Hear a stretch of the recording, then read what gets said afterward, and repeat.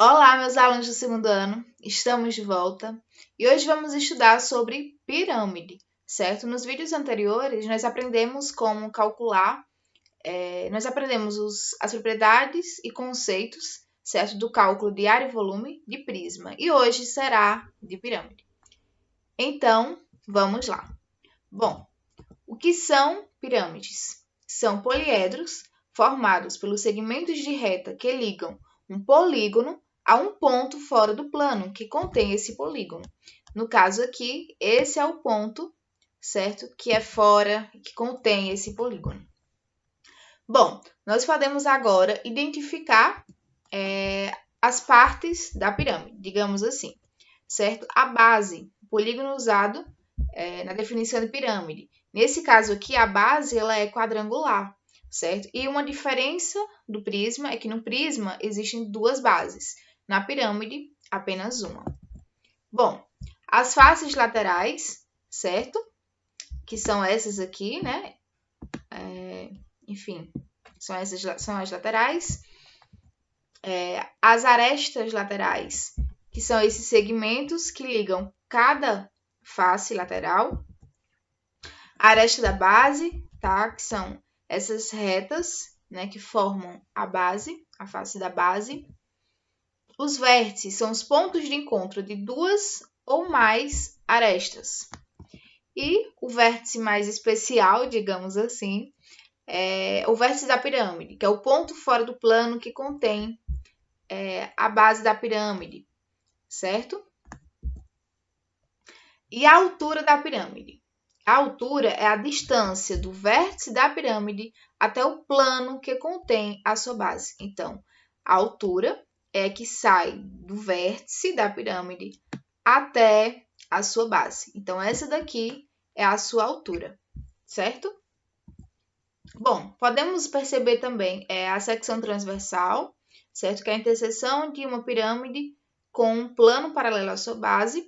Assim, essa intersecção é um polígono semelhante à base da pirâmide. E agora temos que dar muita atenção aqui a essa parte, sobre apótema. Nós temos dois apótemas, apótema da base e apótema da pirâmide. Então, nós temos que ver bem quem é cada um para a gente não misturar, certo? Que são muito usados nas questões de prisma. São três pontos muito importantes: a altura da pirâmide, o apótema da pirâmide e o apótema da base. Então, a apótema da base é a distância entre o ponto de projeção do vértice da base e a aresta do polígono, certo? Então, essa daqui, ó, é esse segmento aqui, gente, certo? O apótema da base, que parte, né, da projeção do vértice, ó, a projeção do vértice aqui, até essa aresta da base. Então, ele é o apótema da base. O apótema da pirâmide, certo? É a altura de uma face lateral. Então, é justamente aqui, ó. Nós temos a face lateral. Então, a sua altura nós chamamos de apótema da pirâmide. Bom, eu ilustrei aqui, certo? Porque nós não podemos esquecer apótema da base, apótema da pirâmide. Bom, aqui nessa pirâmide está representado por P, quem? O apótema da pirâmide, certo? Está representado por H, a altura da pirâmide, e por M, o apótema da base. E o que é que esses três segmentos formam? Um triângulo retângulo, certo? E quando a gente fala em triângulo retângulo, a gente logo associa quem? Teorema de Pitágoras, certo? Bom, então, no Teorema de Pitágoras diz o seguinte, que a hipotenusa ao quadrado é igual à soma do quadrado dos catetos, certo? Então, aqui, nesse caso, quem é a hipotenusa? Quem é o valor que é oposto ao ângulo reto, ou seja, o lado maior? É P, ou seja, o apótema da pirâmide. E os catetos é H e M, ou seja, a altura e o apótema da base. Então, vai ficar assim. P ao quadrado, hipotenusa ao quadrado, é igual a H ao quadrado mais M ao quadrado. Será muito útil, tanto no cálculo do apótema da base, o apótema da pirâmide e da altura da pirâmide. Nós iremos utilizar bastante Pitágoras, certo? Prosseguindo. Bom, agora vamos para a classificação de uma pirâmide. E elas são classificadas a partir do número de lados de sua base, certo? Então, nós temos a base, a pirâmide triangular, ou seja, a sua base é um triângulo. Então, aqui eu tenho a ilustração de uma pirâmide triangular. Temos também a pirâmide quadrangular, ou seja, a sua base é um quadrilátero, certo? Numa pirâmide, todas as faces laterais são triângulos. Aí, o que vai diferenciar é a base. E aqui está a ilustração de uma pirâmide quadrangular. E existe um caso, né, especial de pirâmide triangular que nós chamamos de tetraedro, certo?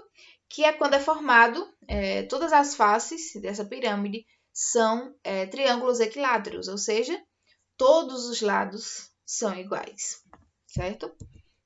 Temos também a pirâmide pentagonal, sua base é um pentágono, certo? Tem 5 arestas, 5 vértices, a base. A pirâmide hexagonal, a sua base é um hexágono. E assim por diante, mas até a hexagonal são as mais utilizadas no cálculo, né, de área e de volume de pirâmide. Bom, temos também as pirâmides regulares. São aquelas que cumprem essas duas condições aqui. A primeira é o seguinte: a base tem que ser um polígono regular e a projeção ortogonal do vértice é o centro desse polígono, certo? Bom, e os resultados dessa definição são esses aqui, ó. Todas as arestas laterais têm que possuir a mesma medida, os apótemas têm que possuir a mesma medida e todas as faces laterais são triângulos isósceles congruentes, certo? Então, tem que atender a esses quesitos, digamos assim, para ser uma pirâmide regular. Bom, como que nós calculamos a área da pirâmide? A área do prisma, a gente calculava o que? A área total. Bastava a gente somar a área lateral com a área da base. Só que nós multiplicávamos por 2, né, a área da base, porque tínhamos 2 bases. Já agora não. Basta a gente somar a área lateral mais a área da base, certo? E temos aqui algumas observações.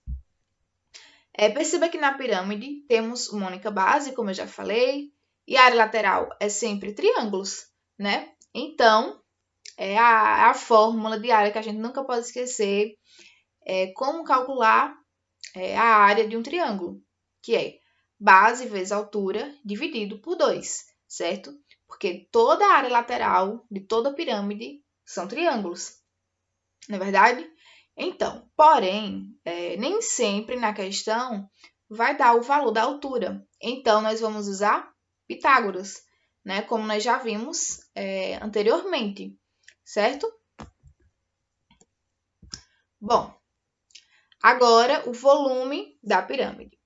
A fórmula do volume da pirâmide é bem semelhante também à do prisma. O que vai diferenciar, certo? É que agora, em vez de ser área da base vezes altura, nós também vamos multiplicar por 1/3, certo? Então, a fórmula é essa, não podemos esquecer. 1/3 vezes área da base vezes altura. É assim que nós vamos calcular o volume de uma pirâmide. Bom, vamos aqui, para o vídeo não ficar muito longo, vamos fazer esse exemplo rapidinho, certo? De cálculo de volume de pirâmide. Uma pirâmide de base quadrangular possui altura medindo 2 metros. Cada lado da base com medida igual a 3 metros. Determine o volume dessa pirâmide. Bom, como ele deu o valor da altura, então a gente substitui aqui na fórmula, certo? Ó, a gente vai substituir, no caso, a altura mede 2, certo? Então, no lugar de H, vamos colocar 2. A área da base, como é que nós vamos calcular a área da base? É quadrangular. Porém, ele diz assim, que cada lado da base é igual a 3 metros, ou seja, é um quadrado. Todos os lados são iguais. Quando ele fala que cada lado mede 3, ou seja, todos os lados medem 3, então a gente sabe que é um quadrado. Então, qual a fórmula da área de um quadrado? Não é A ao quadrado, ou seja, 3 ao quadrado, certo? 3 vezes 3. Então, basta a gente substituir. 3 ao quadrado é 9. Então, no lugar da área da base, a gente vai colocar 9. Então, vamos lá. Substituindo aqui na fórmula, certo?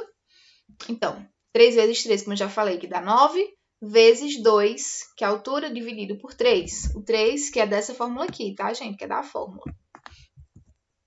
Então, o volume vai ser igual a 6 metros cúbicos. Então, vamos encerrar por aqui. Mas antes de encerrar o vídeo, eu quero deixar aqui para vocês umas dicas que eu acho muito importante no estudo de matemática, certo? Não só assim na escola, mas também na preparação para Enem, vestibular, né? O SSA, o SSA2, para quem for fazer. Enfim, vamos lá. Eu elenquei aqui 5 pontos que eu acho muito importante, que eu acho essenciais para que a gente consiga ter um estudo melhor de matemática. Primeiro, a concentração. Então, procure um lugar que seja o mais tranquilo, o mais silencioso possível, que vocês consigam. Segundo, um horário fixo para estudar. É muito importante a gente ter sempre um dia e um horário para estudar matemática. E que não seja algo cansativo, certo? E que sim seja algo automático, certo? Que a gente sempre vai lembrar que aquele dia, aquele horário é destinado para estudar matemática. Estude a teoria, certo? Então, não faça apenas só as questões, tem que saber antes como é que faz, né? Tem que estudar antes a teoria. 4, tire suas dúvidas. Então, nunca conclua em uma aula sem sanar todas as dúvidas. Então, vocês podem perguntar a mim pelo Zap ou procurar vídeos no YouTube, certo? Para que vocês possam tirar todas as dúvidas. E por último, muito treino. Resolvam o máximo de questões que vocês puderem, que vocês conseguirem.